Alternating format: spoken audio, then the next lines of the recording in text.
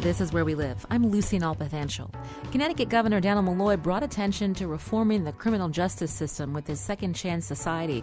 His proposals saw mixed results: bail reform and allowing nonviolent 18 to 20-year-old offenders to be treated as juveniles went nowhere this last session. Conversely, some new laws have come out of it, like decreased penalties for simple drug offenses and an improvement in the process behind parole hearings and pardons to help nonviolent offenders get back to living on the outside. But there are ex-offenders who see flaws in all this talk about second chances. We spoke with Bloomfield resident Adam Daniels, who says there isn't enough support for people once they leave prison. Adam Daniels, welcome to Where We Live. Hi, how you doing? Adam, you recently wrote an op-ed in the Hartford Courant. Can you tell us about what you wanted to share with people who read that publication?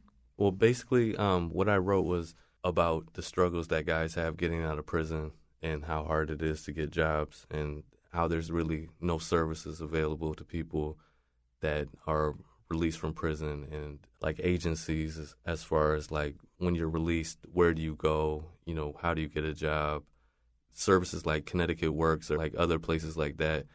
Nobody told me where to go basically when I got released from prison, like how to get a job with a felony record. And it was really difficult finding jobs and services and agencies that provide the services for guys that have felony records to get jobs. So basically from my time from when I was locked up to the halfway house to being on parole, nobody really told me anything about how to get jobs, how to look for jobs, or, you know, nonprofit agencies that they could refer you to go look, you know, the services that were available, that they said are available. I never was provided those. You said they said were available. Who are you talking about? I'm saying as far as like being like my time spent in the halfway house, nobody really showed me where to go in the time when I was in the halfway house. My halfway house time was spent in Waterbury. Like I live in Bloomfield. So being in Waterbury is like a whole different district than Hartford. Why would I look for a job in Waterbury when I'm going back to live in Bloomfield or live in Hartford? So like, what is the purpose of sending guys to different areas in the state to find jobs where you're not going to live there permanently? So it's like a waste of time. So why would you go to a different city to find a job knowing that you're not going to stay there? So you were released after 3 years serving time for a DUI charge. Yeah. Did the Department of Correction, was there anyone within the prison system that directed you of where you could go once you're released? No, that's my whole point, is that the time that I served, nobody was preparing me for my release. So basically, it was basically like dead time, like just sitting there in limbo, not knowing what you're going to do when you get released. Nobody is in prison like telling you, here's what you do when you get out, or here's where you go when you get out, or go, you know, these are places that hire guys, or these are agencies that will help you when you get released. As far as I know, like from the time that I served, from 2011 to 2013, there was nothing going on in prison at all. And so when you got out, you probably heard a lot about Governor Malloy's Second Chance Society, so initiatives to reform the prison system. That prompted your letter to the Hartford Courant because of your experience. Right. I had read whatever I could get my hands on. I read the Hartford Courant. I've seen, like, you know, Dannel Malloy's Second Chance Society and all that type of stuff. I read what they were trying to do. But as far as, like, actually seeing it when you get out, where was it? Like, I don't know where it is. So how did you learn to navigate once you were released? So you were in a halfway house in Waterbury, and then what then? There was nothing then. The times that they would let you out to go look for a job, when the time that they say you're supposed to go out and look for a job, where are you supposed to go look? You just walk around aimlessly in a city that you're not from. You don't know anybody out there. You don't know where to go look. It's like hide and go seek or something like that. Like you're playing a game like of where to look. And how long were you in Waterbury at the halfway house? For 2 months. 2 months. So does this contribute to the cycle of people returning to prison when they don't have any connection when they're in the community to find help? Honestly, I feel that being in the halfway house is like a waste of time, because you're looking for a job in a city that you're not really going to live in, and then you're not really going to ever have a future in. So the job that you might get while you're there, by the time you get it, you know, your sentence is up. And then what are you going to do after that? Like, how are you going to find housing, or how are you going to make money in general? It just doesn't make sense. The whole thing, top to bottom, doesn't make sense to me. From Waterbury, where did you go? Back to Bloomfield, back to the Hartford area. So me being there looking for a job made no sense because I knew I was returning home back to Hartford anyways. So looking for a job in Waterbury was like, what's the point when I know I'm not going to stay out there and I'm not going to live out there? There was like almost 10 halfway houses in Waterbury. So you have 10 halfway houses. You don't know how many guys are out every day looking for jobs, and that's just in Waterbury. So imagine how many guys go out every day looking for jobs. So you're competing with the guys, all the other guys in all the other halfway houses every day. They're all out looking for jobs every day just like you are. So it's like you're competing with those guys, and that's not counting the people that live in Waterbury that are looking for jobs. So it's like, how are you going to get a job when the unemployment rate is whatever it is, and the people out there need jobs, and then you have the guys coming home from prison that need jobs. They're competing with the people that already live in Waterbury, and then you have 10 halfway houses. So you could say, let's just say 100 people are in each halfway house. Let's just say that's 1,000 guys right there. Mm-hmm. So you have 1,000 guys every day out there looking for a job, competing with the unemployed people in Waterbury who are looking for jobs. How is that possible? Like, how are you going to get a job? When you got back to the Hartford area, what kind of jobs did you apply for, and what kind of success did you see? I applied for anything and everything, like anything that was available. It wasn't that I was being picky or I wanted this certain type of job, but it was just any job that I thought I just basically needed money, so I applied to anything. Did you get any callbacks? It was, honestly, you go to an interview when you have a record and you have a felony, you know, you can present yourself a certain type of way and you can impress somebody at the interview, but at the end of the day, it's not their decision. It's the company's decision. It's the human resource department. It's the corporation. It's the headquarters that are making these decisions. It's not the person that's interviewing you. So it doesn't matter how much you impress the person that's interviewing you.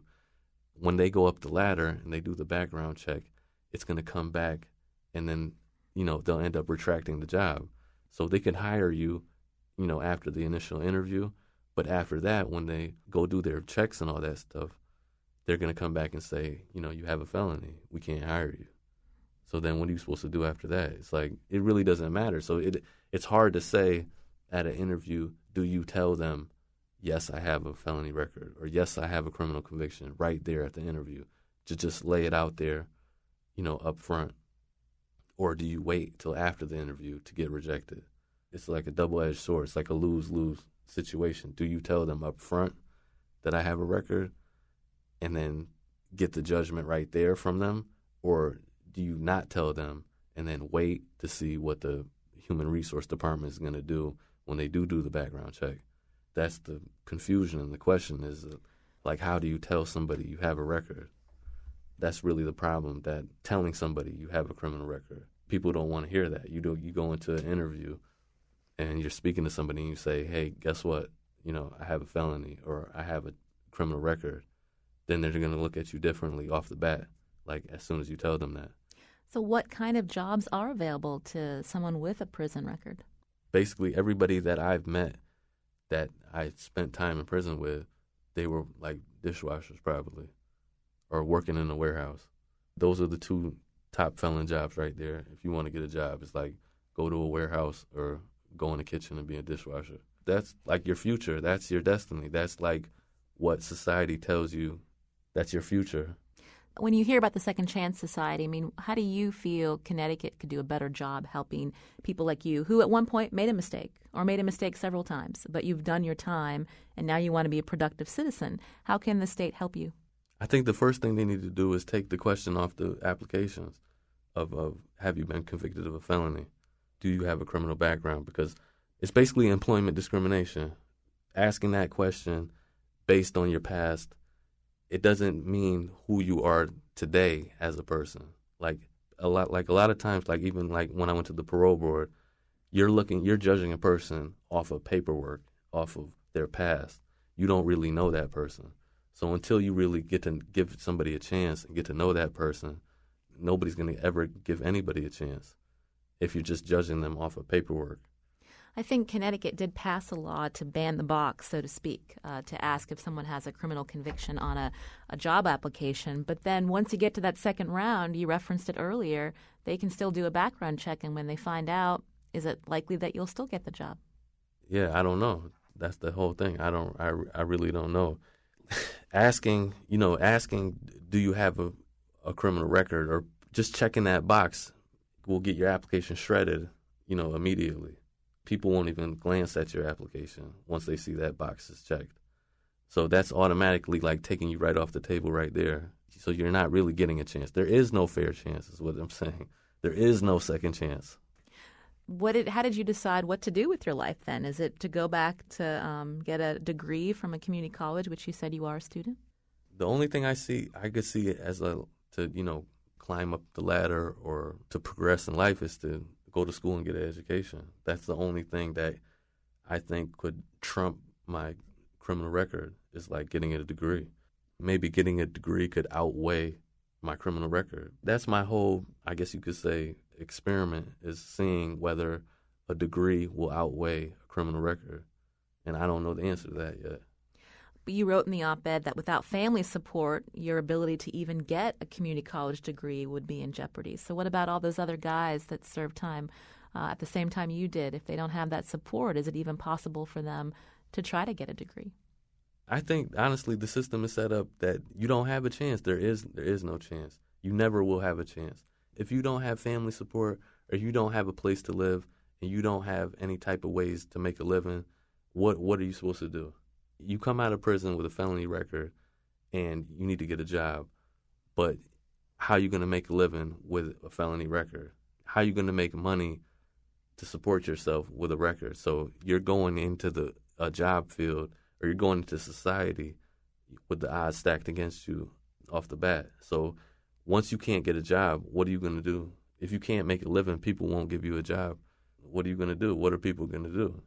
This is Where We Live. I'm Lucy Nalpathanchel. I'm speaking with Adam Daniels. He's a Bloomfield resident, and he recently wrote an op-ed in the Hartford Courant titled Looking for My Second Chance. So you spent time in prison, and you wrote about the difficulties of trying to restart your life on the outside. What kind of reaction did you get from that op-ed once it was published?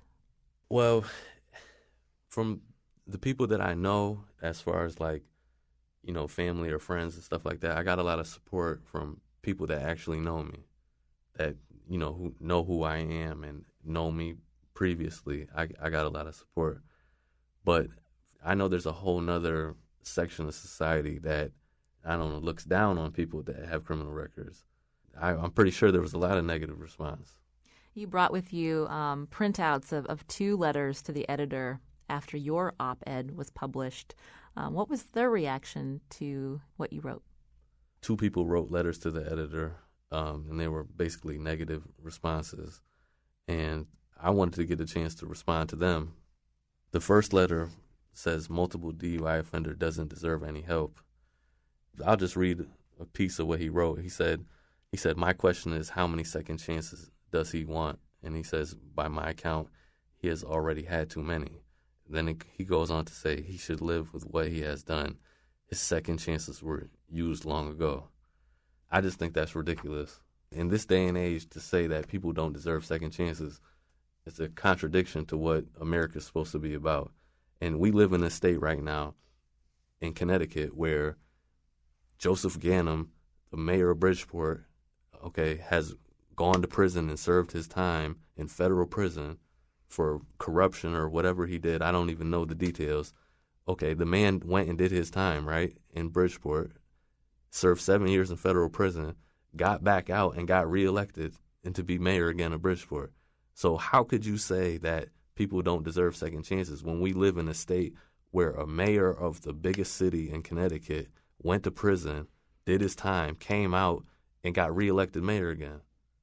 Is that not a second chance? That's how are you going to say people don't deserve second chances? Some people listening would say Mayor Ganim did not deserve that second chance, but we get your point. Right. They would say he doesn't deserve a second chance, but he got reelected. So obviously he got a second chance. But the point is that I'm not Joseph Ganim. I'm not Joe Ganim. I'm not the mayor of Bridgeport. I don't have those ties. I'm not politically tied. I don't have that clout. I don't have that name.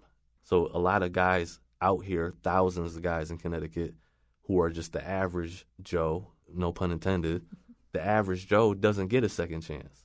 Joseph Ganim got a second chance. How does that happen?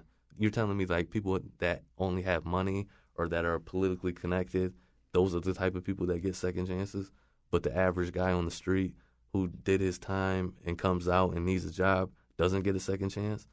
I don't know how that works, because if you get elected, you need to win by a popular vote, right? So you must be having people supporting you. So why aren't the other guys on the street getting supported like Mayor Ganim in Bridgeport?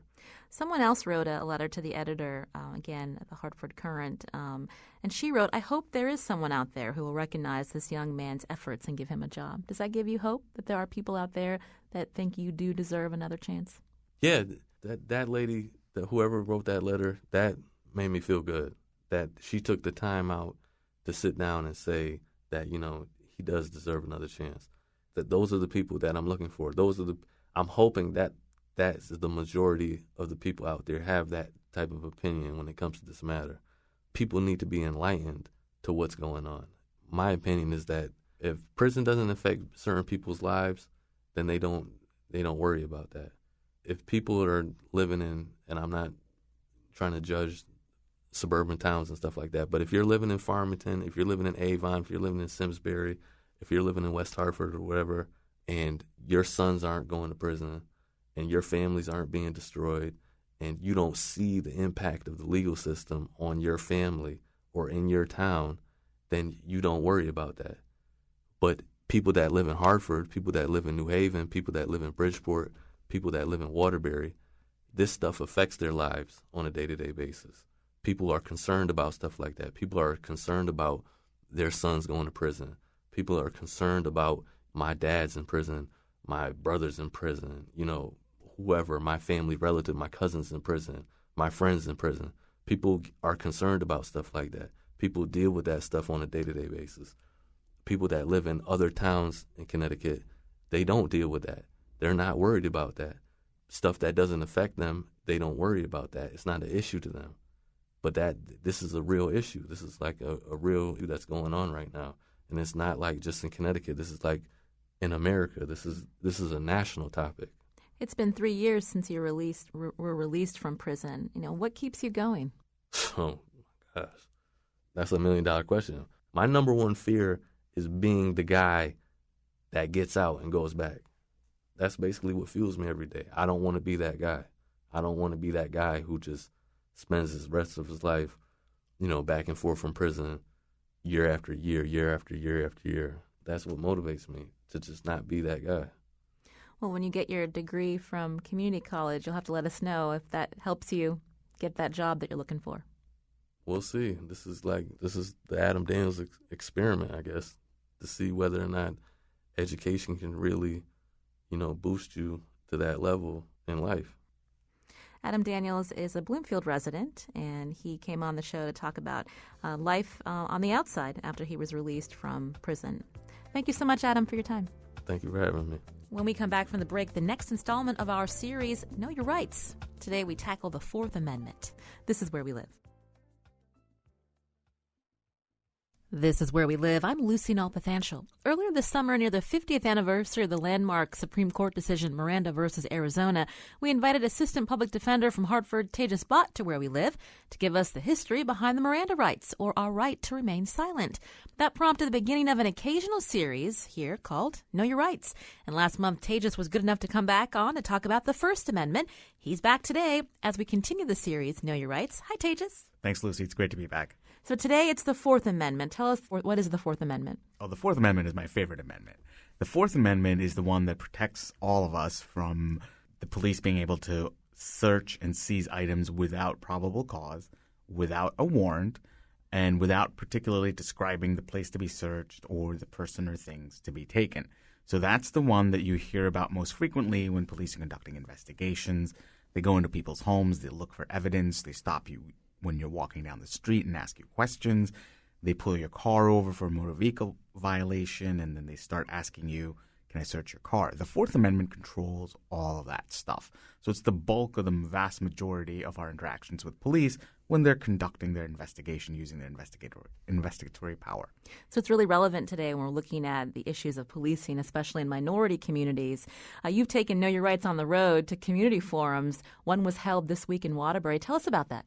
Yeah, on Tuesday, we had a community forum in Waterbury with a joint operation with the ACLU of Connecticut, who do a tremendous amount of work in this area. And the idea was to go into communities that have interactions with local police that may not be on the best of terms, or where there are a lot of disparities in arrests that have been found by the Racial Profiling Commission and the stats that are being produced in Connecticut.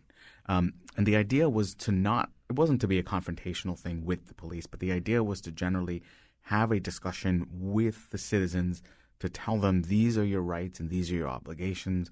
These are the limits of police activity. This is what the cops can do when they stop you, and this is what they can't do. And what are your remedies? I know that the Waterbury Republican American a month or two ago had reported on a different forum that occurred in Waterbury with the police chief and had made or had reported on some of the comments that the chief had made, which got some of us a little upset because Tell us about what he said. Yeah. So I had a long conversation with the police chief, and he says that the comments were misrepresented. But this is what the newspaper reported, was that the comments were of the vein that if police stop you on the street and if you have an interaction with police, you should always consent to their searches. You should always agree to let them look in your car and then take it up later on through the courts or through the review process. Now, this was problematic for a number of reasons, because once you consent to a search, you have given up your right to challenge the legality of that search in court. And I'm sure, as we are all aware, there are varying degrees of success when seeking redress through internal mechanisms with police departments. Some internal affairs systems are robust and reliable, and some aren't. So we took sort of umbrage to the idea that police are telling citizens that you need to always consent to searches. And some of the other remarks that were reported were actually less than charitable in that, the title was How to Survive an Encounter with the Police. And that's, to me, is a little offensive, because I don't think we should be telling citizens that if you don't comply with police, you're going to get hurt. How do you survive an encounter? No. How should police behave when interacting with citizens that they are sworn to protect? I will say that I had a long chat with the police chief of Waterbury, Chief Riddick, and he made it very clear to me, and I have absolutely no reason to question this, that his comments were misrepresented. And he agrees, in essence, with everything that I said on Tuesday night and what I will say today about the rights of citizens and the obligations of police. So originally, the reporting of what Chief Riddick said back in earlier this summer, that kind of goes against our Fourth Amendment rights. Absolutely, right. And so you held this discussion in Waterbury in part for that attention that Chief Riddick, of the comments that he had made, also with some of the issues that police and citizens have had in Waterbury in the past. So what was the response in the forum to understanding more about their rights?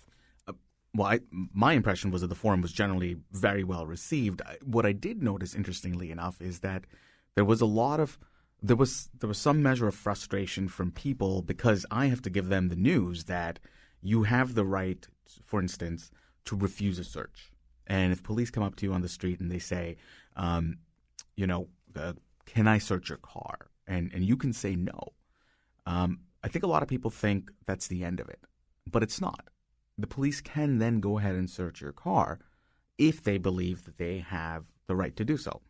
You in that situation aren't going to be told by police, here's why I believe I have the right to search your car. You may not be aware why they think they have the right to search your car. You may well and truly and honestly believe that you have done absolutely nothing wrong, but they don't think so, and they're going to search your car.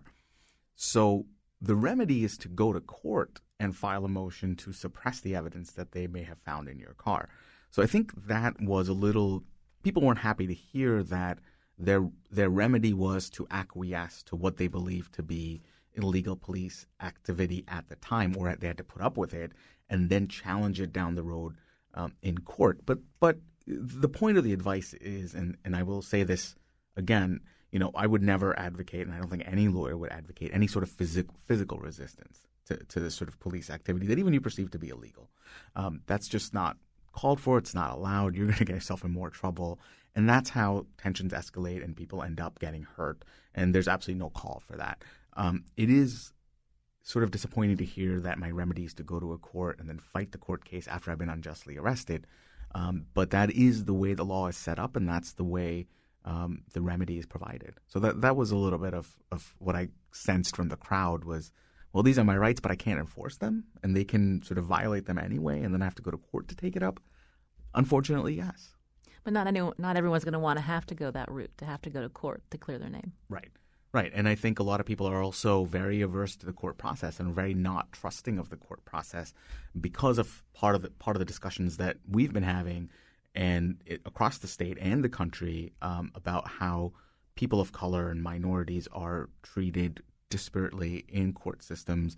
They're stopped at greater rates. They're arrested at greater rates. They're searched at more disproportionate rates. And you go to court, and there's this general pervasive idea that people of color in courts get harsher sentences. So I don't think people want to put their faith and their trust in that process as well.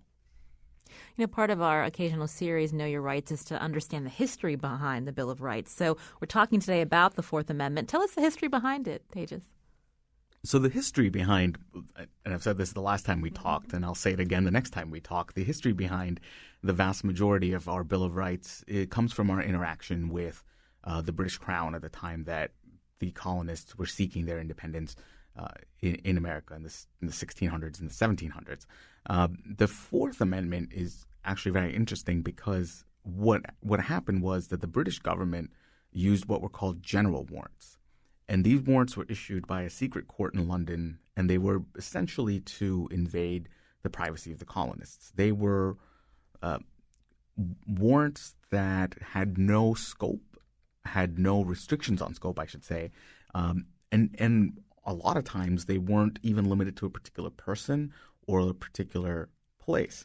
And they actually had what was called a writ of assistance, which means that a warrant could be issued by certain people here in America, not even through a court in London, to search homes and primarily in order to determine whether they paid taxes. So this was a scenario where you had these people who had this inordinate amount of power who could go into anyone's house, search for anything that they wanted without any limitations, without any restrictions. And you can see how very quickly that can become a tool of oppression and power used to harass people. So they, the founders had a very strong aversion to this. And before the federal union was formed, all the colonies in the states, state constitutions passed laws that prohibited general warrants. And the way it shows up now is, as I said in the opening, the warrants have to be based on probable cause. That means you have to have some reason to believe that the person has committed or is committing a crime. And there is what is called the particularity requirement. That means the warrants have to be particular to a person or a place, stating the nature of the item to be seized or the person to be arrested. So the easiest example is, let's say police are looking for the evidence of a crime, which is a baseball bat. And they get a warrant to search your house for a baseball bat. They can only search in areas where a bat reasonably might be found. So because they're looking for a bat, they can't go rifle through your sock drawer because a baseball bat won't be hidden in a sock drawer, can't be hidden in a sock drawer. So that's what the particularity requirement is. And that's the pushback to this general warrant, writ of assistance. Anybody who gets authority from the Crown can just come to your house and look for whatever they want. This is Where We Live. I'm Lucy Nalpathanchil. Today we're continuing our Know Your Rights series with Assistant Public Defender Tejas Bhatt from Hartford. Can we talk about how the Fourth Amendment has evolved? We did a little bit earlier, but in terms of the way our laws are changing, such as the legalization of marijuana and that intersection between that and our Fourth Amendment rights. Right. So that's one of there are sort of two new areas of the evolution of the Fourth Amendment that are going to be interesting to a lot of people. One is the intersection of Fourth Amendment and technology, all our gadgets today. But the other one is marijuana. So up until, I guess, 2012 or whatever, the last few years in Connecticut, marijuana was an illegal drug. So it was illegal to possess with the intent to sell or sell. And why that's important is because for a very long time, that formed the basis for police to stop individuals on the street. You see somebody smoking a joint. That is evidence that a crime has been or is being committed to possession of marijuana. And then that allows them to form reasonable suspicion, probable cause to search someone, search a car, things like that, ask them further questions, pat them down to see if there's other evidence of contraband, and things like that. What we did in Connecticut was we decriminalized the possession of less than half an ounce of marijuana. Now, what that means is it's not legal, but it's not a crime. It's sort of like a traffic ticket. You can't get arrested for it. You can't get a misdemeanor conviction. You can't get a felony conviction. You can't get jail time. The legal standard for stopping individuals and stopping cars is probable cause, or the lower standard of reasonable suspicion, to believe that a crime has been or is being committed. Since marijuana possession is no longer a crime, technically police should not be able to stop people on the basis of suspecting that they are smoking personal use marijuana. Technically, but what's been happening? Well, what's been happening is that our court is still deciding it. The Connecticut Supreme Court has a case before it in which they're considering this specific issue. Massachusetts has already ruled, because Massachusetts did the same thing. They decriminalized, and Massachusetts has said you cannot use this as a basis to stop somebody. You cannot use it as a basis to investigate further criminal activity because it's not a crime. Other states have gone the opposite way and said, well, no, it forms basis. Even though it's decriminalized, it can lead to other things, and so police have the authority to do that. So in Connecticut, the answer is sort of not yet formed. My gut instinct and my initial reaction would be to say, if it's not a crime, you can't use that as an excuse to stop somebody. The reality, I think, unfortunately, is that police in their policing function have to rely on all sorts of tricks to ferret out crime, and a lot of times that involves stopping people who are smoking marijuana, because there is, in our collective consciousness, in the law and order consciousness, an association between people who use drugs and people who commit crimes, unfair as that may be. So I'm sure we see it all the time. People with marijuana stopped, asked, questioned, and sometimes they find something, sometimes they don't. Anything else we should know about our Fourth Amendment rights, Tejas? I would say that everybody has the right. You should be aware that you have the right to refuse to consent. And if a police officer asks you, you can say, no, I don't want to consent. I don't want to allow you to search me, search my car. And if they feel like they can go ahead and do it, they're going to do it anyway. Tejas Bhatt, again, Assistant Public Defender from Hartford, and you have a blog. Remind us what it is. It's criminalopinions.wordpress.com. Thanks for coming on today. Thank you so much. Coming up, we'll hear about renewable energy in New England. This is Where We Live. This is Where We Live. I'm Lucy Nalpathanchel. The New England News Collaborative has been working on a 5-part series exploring new ideas in energy storage and production in the region. John Dankosky, executive editor of the New England News Collaborative and host of Next, is here now to tell us more. Hi, John. Hi there, Lucy. So we've been hearing the stories on WNPR. I know the other member stations of the Collaborative have also been playing them. So they're talking about renewable energy in the region. Why are you talking about this right now? Well, it's a really transformative time for renewables and really for the entire energy sector here in New England. You may have heard news that just off the coast of Rhode Island, the first offshore wind farm in the United States is just getting underway. The blades are going to start turning very, very soon. It's a very small project, but it points to the possibility of more offshore wind coming all across the New England coastline. Now, that's going to take some time. You may have heard about the Cape Wind project off of Cape Cod that for many years was proposed and was going to create a lot of electricity, but it got shot down by a lot of residents who didn't want to see the turbines, and some political things got in the way. A lot of people have said that this Block Island project has paved the way for more development of wind resources in the region. Massachusetts just passed a big energy bill that is going to incentivize more solar and wind. There was a big RFP put out by the 3 southern New England states, Connecticut and Rhode Island and Massachusetts, to try to get more renewable energy into their portfolio because they're trying to cut down on carbon emissions over the course of the next couple decades. So they put out this request for proposals. They're going to be looking at those over the course of the next couple months, and maybe we're going to see some big renewable projects, mostly in northern New England. So there's a lot happening right at this very moment, and there's so many cool technologies we're going to tell stories about, too. When we're talking about energy in New England, where does it come from? How much of it comes from renewable sources versus like the natural gas? Well, here's what's interesting is you would think that over the course of the last 15 years or so, we would just be awash in renewable resources.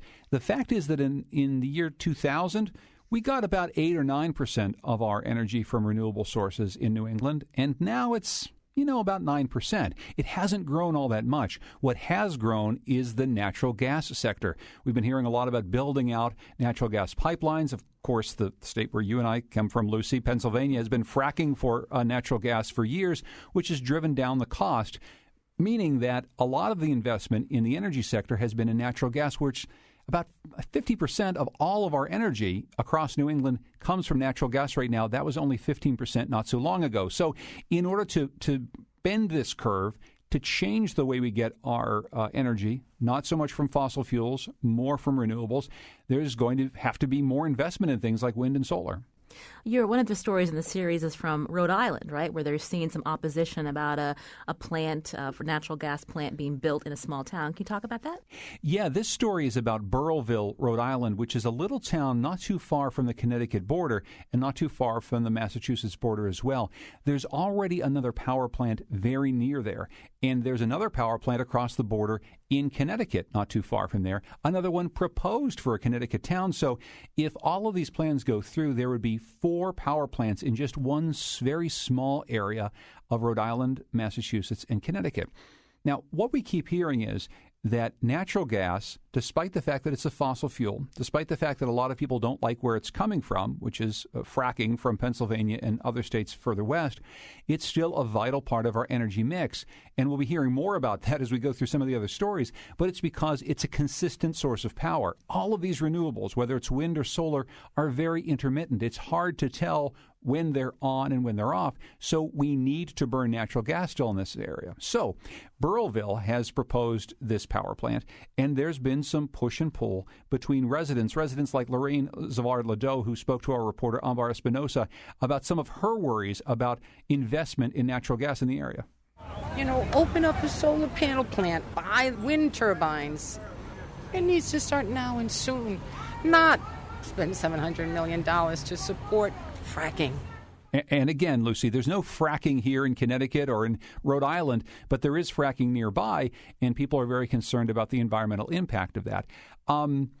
This concern that you just heard from this protester is exactly what you hear all the time from people who support a rush toward renewables, a rush toward more investment in clean energy. They say every time we spend $700 million on a natural gas-fired plant, we're not spending that money developing other sorts of resources.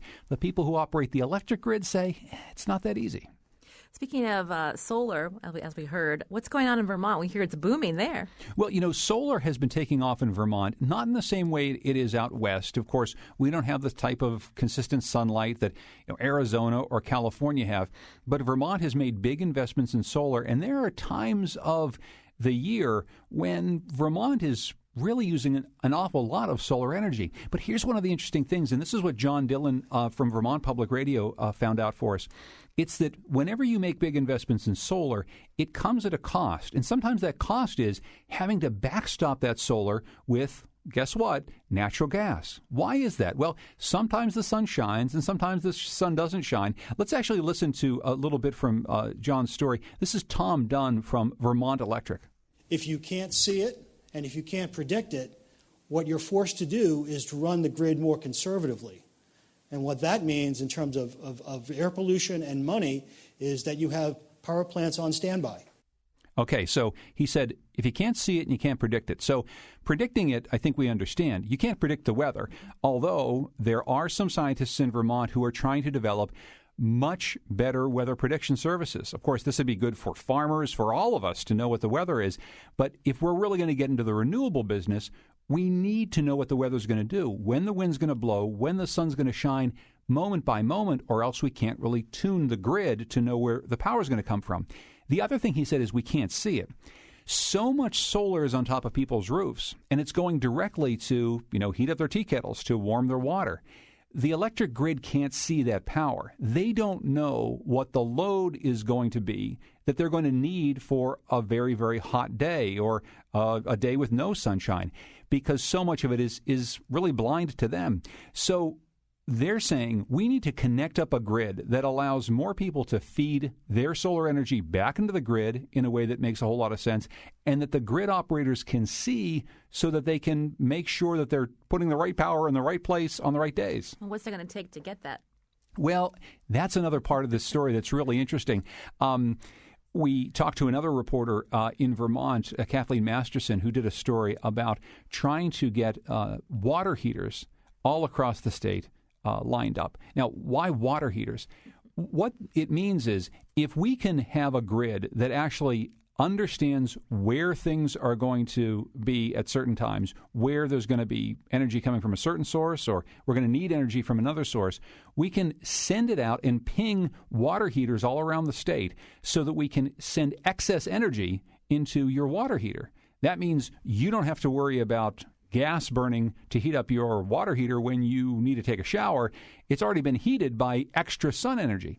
What all this takes is very complex algorithms and a lot of computer work. So some of the scientific work on this end is really having to do with, electrical engineering, trying to figure out new ways of generating electricity. A lot of it has to do with storage, new battery technology. But so much of this is just computers and figuring out how do we have a grid that talks to one another so that we can figure out how to send the energy to the right places and get energy back from you when we need it. We're here in Connecticut. What's happening in terms of wind power? Wind power in Connecticut is a very interesting thing. We've heard already that Rhode Island is going to be developing offshore wind, and we know that there are offshore wind possibilities happening right now in Massachusetts, maybe up in Maine. All across New England, there are inland wind farms, but Connecticut, not so much. Well, for one thing, we're a small state. We also are a state with not a whole lot of wind resources. So one of the things that people in Connecticut are looking at is maximizing the wind resources that we do have. We built, not too terribly long ago, a wind farm, a very small one, up near where I live in Colebrook, Connecticut, just 2 turbines. This wind turbine project has already been successful in one way in pointing out that wind as a resource inland in Connecticut can work. But some protesters like Joyce Hemmonson are very worried about more wind resources like this coming to Colebrook or maybe a nearby town of Goshen. For every 3 turbines that would be built, it would take 3 to do the electric generation that 1 is rated at. That's why onshore wind in New England is somewhat of a problem, because you have to build more and more in order to get any amount of electricity.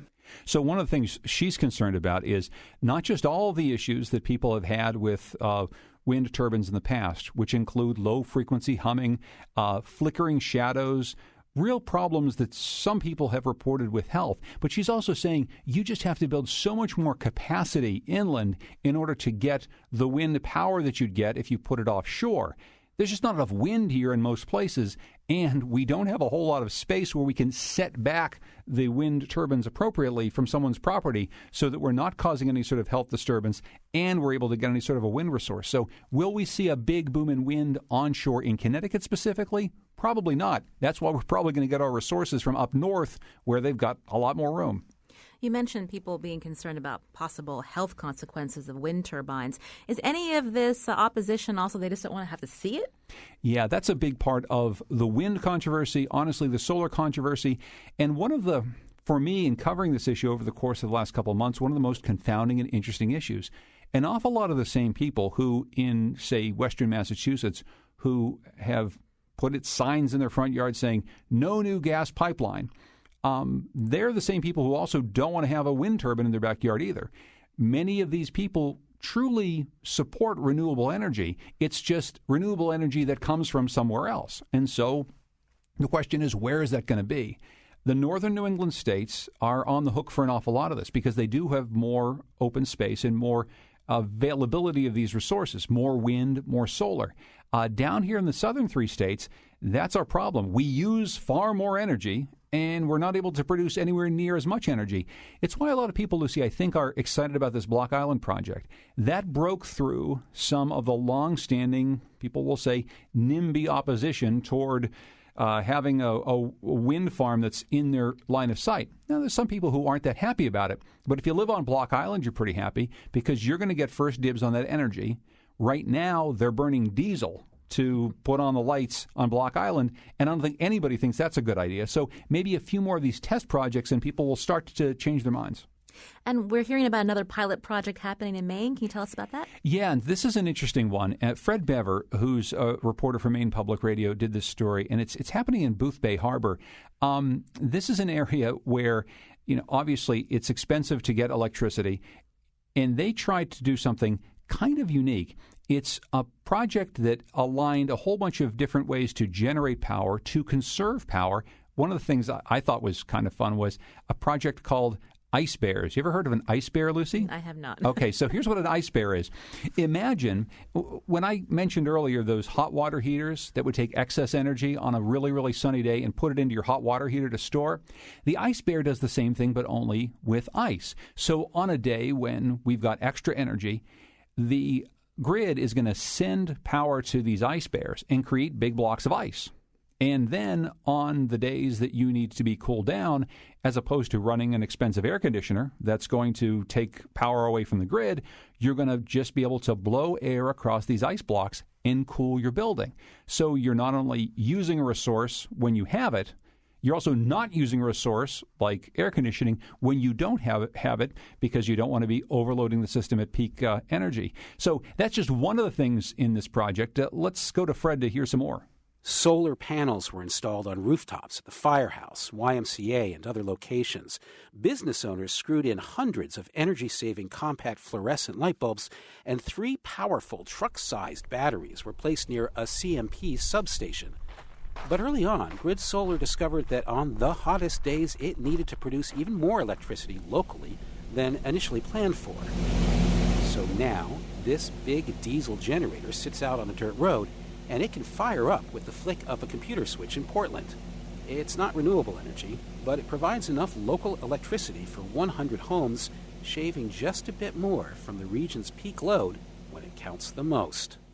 And that peak load is the really important thing, Lucy. The pricing for electricity, it really happens around those hottest possible days when we have the most energy usage. And so shaving down the amount of peak load is really important, not just for this small electric project, but for the entire grid. Now, as you heard, what that means is at times we're burning diesel.